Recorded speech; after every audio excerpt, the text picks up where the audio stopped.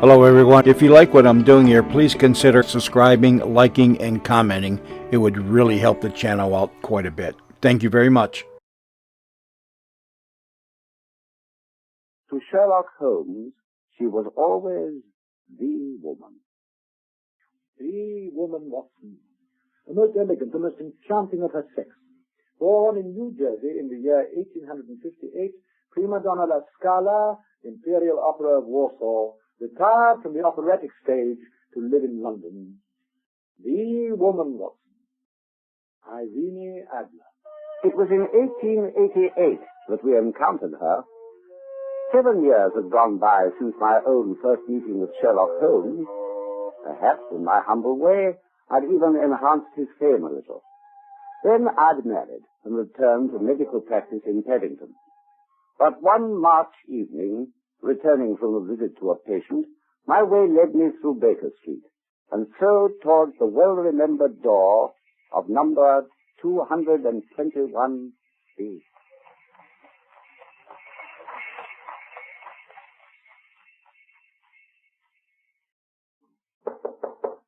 Who is it?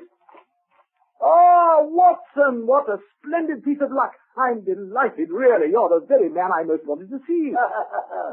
You're very kind. Sit down, my dear fellow, sit down. The old chair. Oh, you can't think how lost I've been lately without my Boswell. Thank you, thank you. Yes, by the way, you didn't tell me you intended to go back into practice. But how'd you know I had? You know my methods, Watson. If a gentleman walks into my room smelling of iodoform and with a bulge in his top hat to show where he secreted his stethoscope, I'd surely be very dull indeed if I didn't know he was an active member of the medical profession. Oh, for myself, Holmes, it's your story. It's as clear as daylight when you explain it. And yet, I'd say my eyes were nearly as good as yours for observation, you know. Oh, you think so, do you?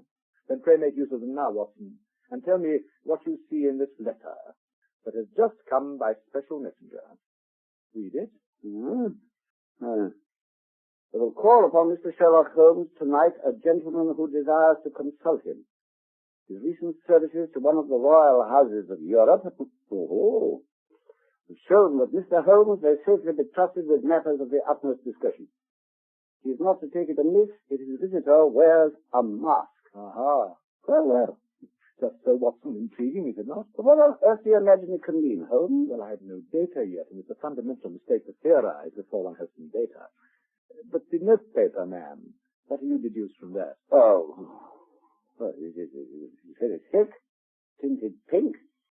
Couldn't have bought for under half a crown a packet, I'd say, so the writer must have fairly well to do. Well, rather a peculiar paper. That's the very word, Watson. It isn't English paper at all, you see. Hold it up to the light and look at the watermark.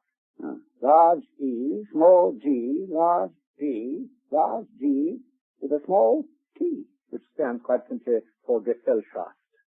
German for company. The P is for Papier, of course. And the EG? For Egria. A glance at the open Continental Gazetteer on the table there will show you, Watson. There is the only city in a German-speaking country where the main factories are paper mills. Yeah. You've marked it, Holmes. Wonderful. Not so far from Carlsbad and in Bohemia. Quite so, Watson. And since our distinguished visitor...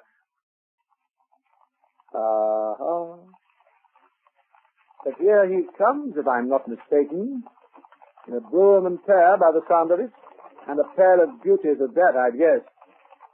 Look, there, you see? 150 guineas apiece, those horses, or I'm no judge. There's money in this case, if there's nothing else, Watson.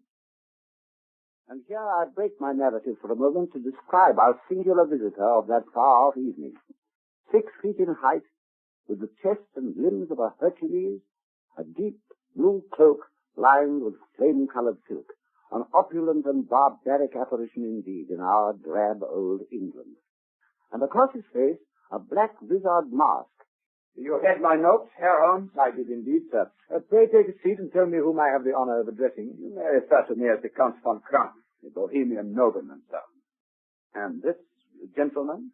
Oh, this is my colleague, Dr. Watson, upon whose honor and discretion you may completely rely. Oh, certainly. I'm not in the habit of discussing my private affairs before a stranger, however discreet. Well, in that case, sit still, Watson. You must confide in both of us, or neither. Your Majesty. What? Why should you think... Watson, pray take His Majesty's mask. It is a needless inconvenience. Yeah. Yeah, you are right. I am the king. Why should I attempt to conceal it from your sharp eyes? Why, indeed. Your Majesty had hardly spoken a word before I was aware that I was addressing Wilhelm Gottfried von Holstein, Grand Duke of Kassel-Tausstein and hereditary King of Bohemia. I have come incognito from Prague for the purpose of consulting you. Then pray consult Your Majesty. The doctor and I are all attention. The facts of these, then, gentlemen.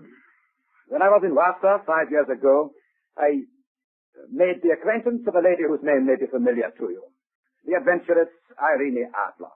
Adventuress, Your Majesty? I know of the celebrated prima donna, of course. And adventuress, gentlemen. I use the word deliberately. I see. I take it, then, that Your Majesty became somewhat indiscreetly involved with this young person. I did. I will not deny it. I was young. I was only the crown prince then. And there were some compromising letters, no doubt, which Your Majesty wishes me to recover. Precisely. But how did you know? Because I know something of the world, Your Majesty, even sitting in this humble room of mine in Baker Street. There was no secret marriage or anything of that sort. None, Herr Holmes. But I fail to follow you, sir. If the lady should produce her letters for blackmail or any other purpose, how would she be able to prove their authenticity? You think I did not ask her so, Herr Holmes, when I begged for their return. I asked her that very question. How was she to prove their authenticity? But your writing, Wilhelm, it's so distinctive. That had been bought. Your private notepaper, Wilhelm. George. Your seal, Wilhelm. Limited. Your photograph, Wilhelm. What? I will swear it all, Irene, and you are without the case again. You forget, Wilhelm. You surely forget, my dear friend. What do I forget? That we are both in the photograph together, hand in hand. Love, Wilhelm. And a little too much champagne, perhaps. Just a little. That magic night. Irene, you wouldn't dare to expose me. No, Wilhelm. But I may consider myself to have been deeply wronged. You can have half my fortune. You promised it to me before. I beg of you, Irene. Dare to be mad. So I've heard, Your Majesty. To the second daughter of the King of Scandinavia. A most politic match. She will be enchanted, no doubt, when I send her the photograph. Irene, you can't. On the day of which your betrothal is proclaimed, my dear. That very day. Oh, Wilhelm. Poor compromise, Wilhelm. And I tell you that she will do it, Herr Holmes. If only you knew her, you would never doubt it for a moment. She always keeps her word.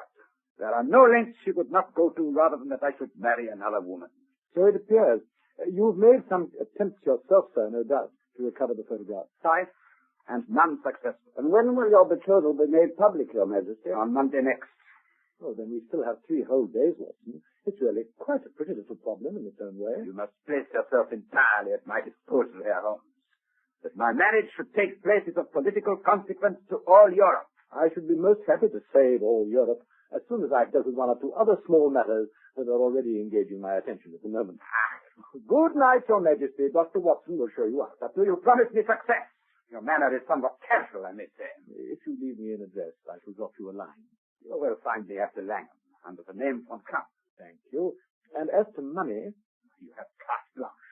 For immediate expenses, this bag contains 300 pounds in gold and 700 in notes. Or will you take charge of this, Watson?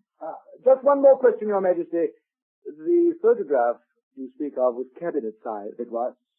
And you will surely require Miss Adler's address as well. Well, it might be as well to have it here. It is Brioni Lodge, Serpentine Avenue, St. John's Wood. Ja. Gute Nacht, Herr Holmes. Und Sie auch, Dr. Watson. Good night, Your Majesty. So began, then, our problem of averting the threatened scandal in Bohemia. I called on Holmes next evening and found him in the disguise of a drunken-looking horse groom.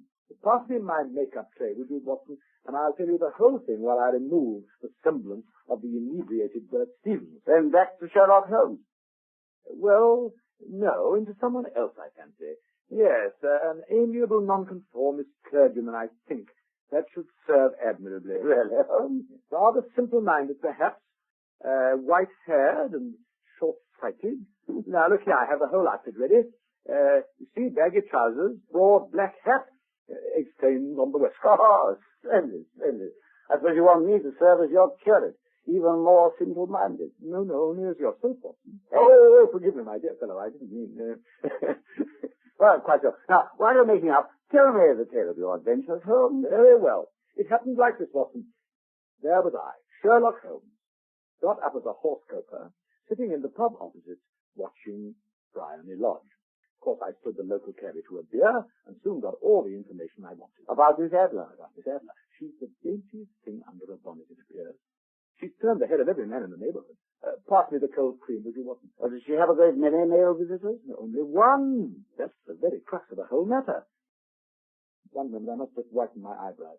This visitor of Miss Adler's, Watson, a certain Mr. Godfrey Norton of the Inner Temple, very dark and dashing, so my friend the cabby told me. When you were the ostler? Exactly. And while I was watching, our dashing gentleman friend rushes up to the house in a tearing hurry, stops there for half an hour, and then rushes out again shouting for a cab. Drive like the devil, cabby. Lawson, Haggees, and Jewelers in Regent Street. And the church is St. Monica and Edgware Road. Half a sovereign if you do it in 20 minutes. And a moment later, out of Bryony Lodge dashes someone else, Watson. Ah, Miss Adler. You saw her. Yes, at last. And it's true. What a lovely face.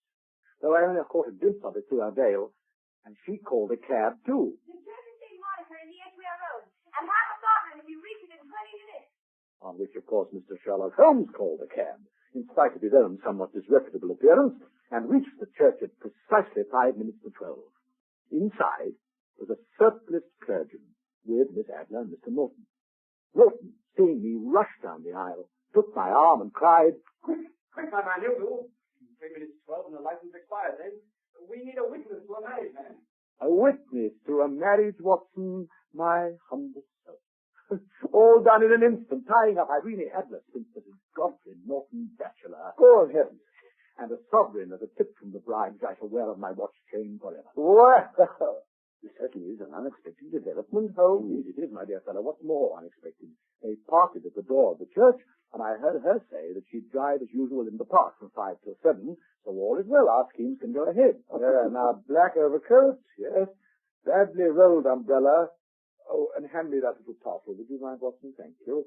Now we are quite ready for our little visit to one of my most charming parishioners at Bryony Lodge.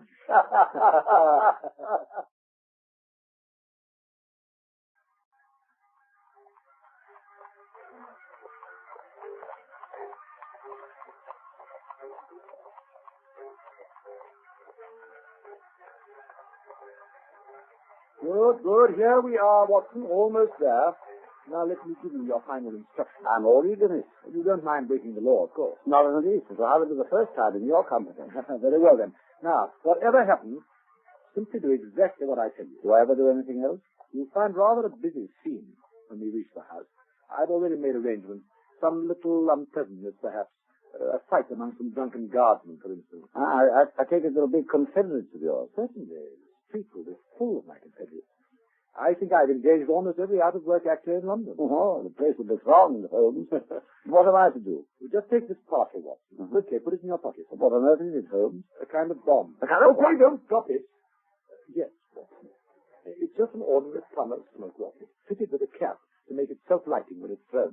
And what do I do with this remarkable device? Why, you throw it, Watson. You station yourself in the shelter of a laurel bush, which you'll find going immediately outside the sitting-room window.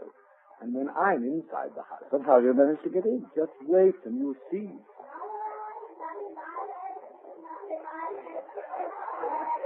Ah, here we are. The house itself.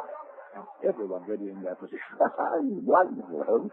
I've never seen more admirably staged marriage effect. But where's the group of guardsmen, particularly Watson? Stationed just at the spot where Mrs. Norton's carriage will arrive. Those soldiers look spectacularly drunk. Possibly they might start a family. Now there's the bush you have to hide behind. You see it? The Daphne Variola? Oh, always so well informed, Watson. Precisely. The window's open, as you see, and you'll be able to hear me say, "All I want is a glass of water, please." Which is my cue, I take it. Precisely. Then you throw the rocket through the window into the room and start shut fire.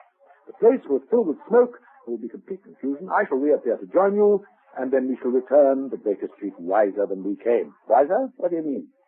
Miss Adler will have shown me where the photograph is hidden. I can't believe it.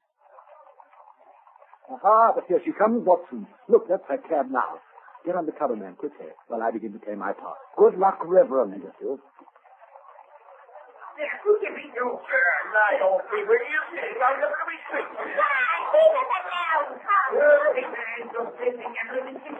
Gentlemen, I pray you to restrain yourselves. Beg you to stand back, gentlemen. Let the lady alight from her carriage. Get aside there! How dare you create a disturbance before my house? Oh, gentlemen! Get aside, I say! Let me pass! You shut your face. Gentlemen! Reverend, you get hurt! Oh, my head! My head! Oh,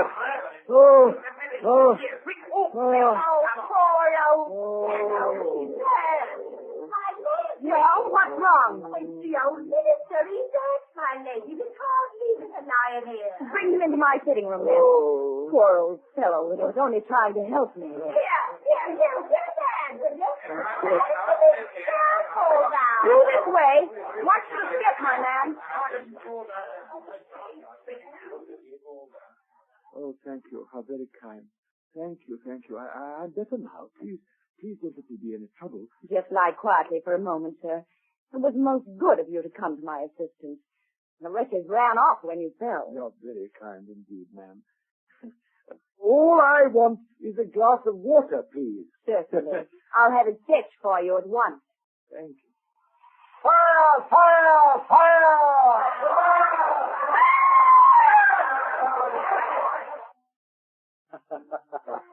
Well, Watson.